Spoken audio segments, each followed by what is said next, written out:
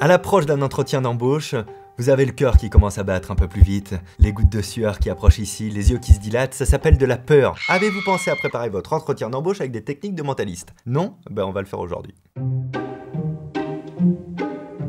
Avant l'entretien, imaginez-vous arriver là-bas, imaginez-vous parler, imaginez-vous vous asseoir. Et quand je dis imaginer, faites-le vraiment. Pourquoi? Parce que le cerveau est muni d'un bug utile. Tout ce que vous allez imaginer, votre cerveau va le traiter dans la mémoire épisodique comme si c'était un vrai souvenir. Vous allez peut-être même en rêver la nuit. C'est plutôt une bonne chose. Tout ça a pour seul but de faire en sorte que le jour J, cet entretien ne soit pas nouveau pour vous. Ça va vous mettre en zone de confort de faire cette petite préparation mentale.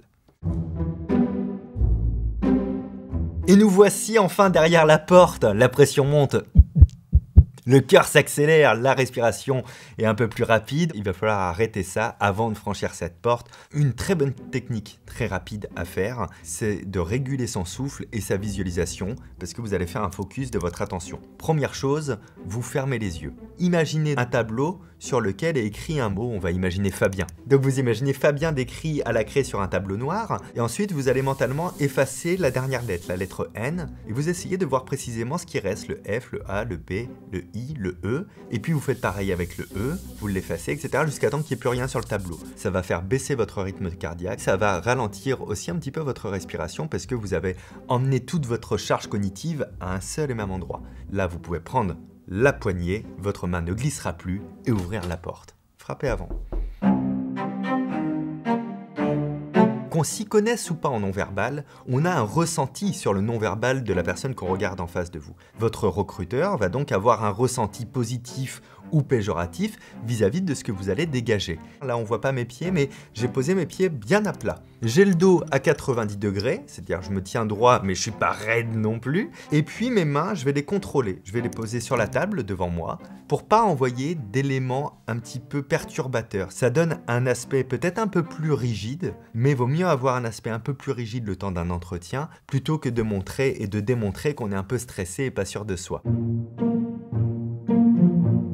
Il faut parler avec conviction, il faut mettre du relief dans ce que vous allez dire. C'est-à-dire que parfois, j'insiste un petit peu sur un mot, et parfois, effectivement, je calme un petit peu ma manière de dire. On dit qu'on met de la couleur dans ces mots. N'ayez pas peur du vide. N'ayez pas peur de ces moments où vous prenez le temps de parler. Vous pouvez avoir du rythme, le rythme, c'est pas de la précipitation. Si vous parlez tout le temps à cette vitesse de votre expérience professionnelle et de vos compétences, bah évidemment ça envoie pas un bon message et puis ça sature l'information et on retient pas ce que vous avez dit. Ça c'est très important sur l'impact que vous allez avoir vis-à-vis de la personne en face de vous.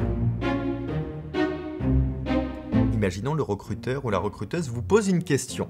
Vous répondez à cette question et pendant que vous répondez, vous voyez que la personne qui vous l'a posée, elle a tendance quand même à reculer un petit peu, à s'avachir, à regarder parfois sur le côté. Ce sont des signes d'ennui. Ça veut dire que même si la personne vous a posé cette question-là, la réponse ne l'intéresse pas. Donc refermez cette réponse le plus vite possible et passez à autre chose. De la même manière, vous êtes en train de faire une petite aparté pour appuyer votre propos et vous partez sur un terrain qui n'a rien à voir avec la question initiale. Mais vous voyez que la personne vous rejoint ses mains et a tendance à avoir le corps qui se rapproche de vous. Et des expressions de visage, des sourires qui montent, qui descendent, qu'elle vit ce que vous êtes en train de dire. Ça, c'est un signe majeur d'intérêt. Alors, étirez cette réponse et allez au bout. C'est pas très grave d'être un peu à côté, vous êtes en train de vous rencontrer. Un entretien d'embauche, ça reste deux êtres humains qui se rencontrent. Pour conclure, vous l'avez vu, un entretien d'embauche, c'est un simple jeu de rôle. C'est un jeu à faire avec sérieux, mais c'est pas votre vie. Vous n'êtes pas cet entretien d'embauche, rassurez-vous.